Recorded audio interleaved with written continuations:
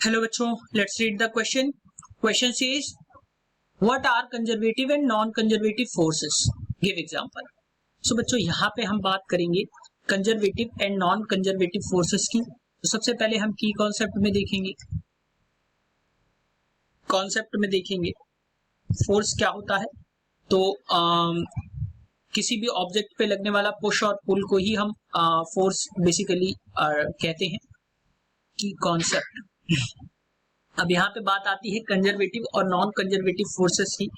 तो अगर हम कंजर्वेटिव फोर्स की बात करें, मैं यहाँ पे लिख देता हूं conservative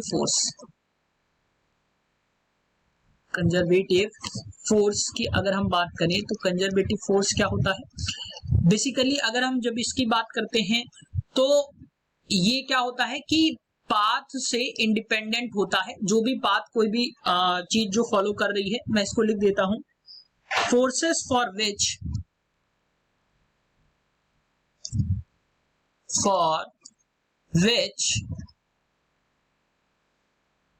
the work done is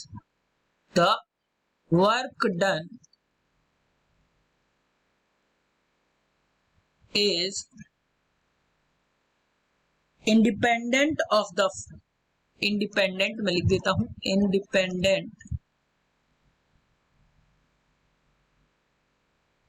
of the path followed by particle. कोई भी पार्टिकल है अगर वो मूव कर रहा है तो उस पे जो, अगर हम कंजर्वेटिव फोर्स की बात करें तो वो क्या होगा, वो अगर मैं यहाँ पे इसमें वर्क डन की बात करूं तो वर्क डन क्या हो जाएगा, W = हो जाएगा F डेल्टा X. अगर मान लिया कोई ये एक ब्लॉक है जिसको हमने फ्रॉम ए पोजीशन जहां पे ये रखा है, this is the A position, और इसको हमने बी पोजीशन पे मूव कराया और उसका पाथ हमने कुछ यू रखा.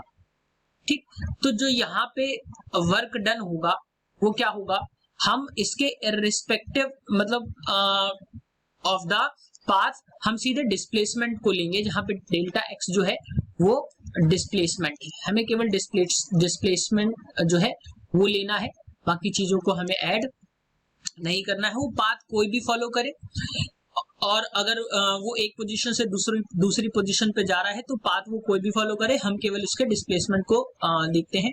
तो इस तरीके की फोर्सेस जो होती हैं कंजर्वेटिव फोर्सेस होती हैं. फॉर एग्जांपल मैं कहूं तो क्या है बेटा, ग्रेविटेशनल फोर्स जो आपकी लगती है, मैं लिख देता हूं ग्रेविटेशनल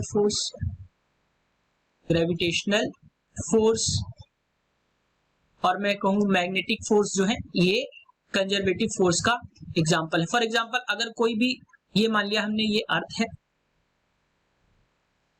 है और इस पे कोई भी पार्टिकल बी से पोजीशन ए पे आ रहा है. अब अगर मैं बात करूं कि इसको आने के दो पाथ हैं, या तो ये स्ट्रेट आ जाए, या इधर से आए, या इधर से आए, तो कहीं से भी अगर ये किसी भी पाथ से आएगा, नो मैटर, इसका वर्क डन जो होगा वो इक्वल होगा, और जो लगने वाली जो फोर्स होगी वो भी इक्वल होगी. तो इस तरीके से जो मैग्नेटिक ग्रेविटेशनल फोर्स जो होगा वो मैं कहूं जो होगा वो एक कंजर्वेटिव फोर्स होगा. अब बात करता हूं मैं नॉन कंजर्वेटिव फोर्स की. तो नॉन कंजर्वेटिव फोर्स की अगर मैं बात करूं तो इसको भी मैं लिख देता हूं नॉन कंजर्वेटिव फोर्स. तो जैसे बच्चों इसमें क्या होता है, ये इंडिपेंडेंट होती है फोर्स, वैसे ही ये जो होता है ये पाथ पे डिपेंड करता है. इसको भी मैं लिख देता हूं force for which the work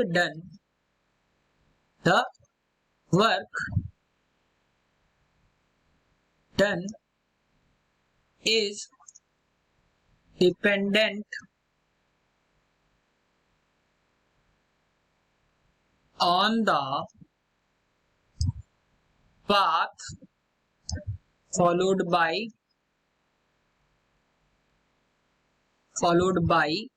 particle. सो बच्चों अगर हम इसके एग्जांपल्स की बात करें तो जैसे आपका फ्रिक्शनल फोर्स है, फ्रिक्शनल फोर्स है और विस्कस फोर्स है। ये इसके एग्जांपल्स हैं जो नॉन कंजर्वेटिव फोर्स के एग्जांपल्स हैं। फॉर एग्जांपल अगर मैं इसी की बात करूं, इसी ऑब्जेक्ट की बात करूं, अगर ये इधर से गया है तो हम क्या करेंगे, इस पाथ को देखेंगे। अगर हमें फ्रिक्शन फोर्स की बात करनी है तो इस पाथ को अगर हम देखेंगे तो हम देखेंगे तो W इज इक्वल टू क्या हो जाएगा, इंटीग्रेशन ऑफ F dx, ये पोजीशन के रिगार्डिंग हो जाएगा। तो ये नॉन कंजर्वेटिव फोर्स है, क्योंकि जो इसका फ्रिक्शन होगा वो डिपेंड करेगा, जितना ज्यादा पाथ होगा उतनी ज्यादा उसमें हीट होगी। तो इस तरीके से कई सारे फैक्टर्स जो हैं वो डिटरमाइन करेंगे non conservative force. Hope you understood it well. Best of luck.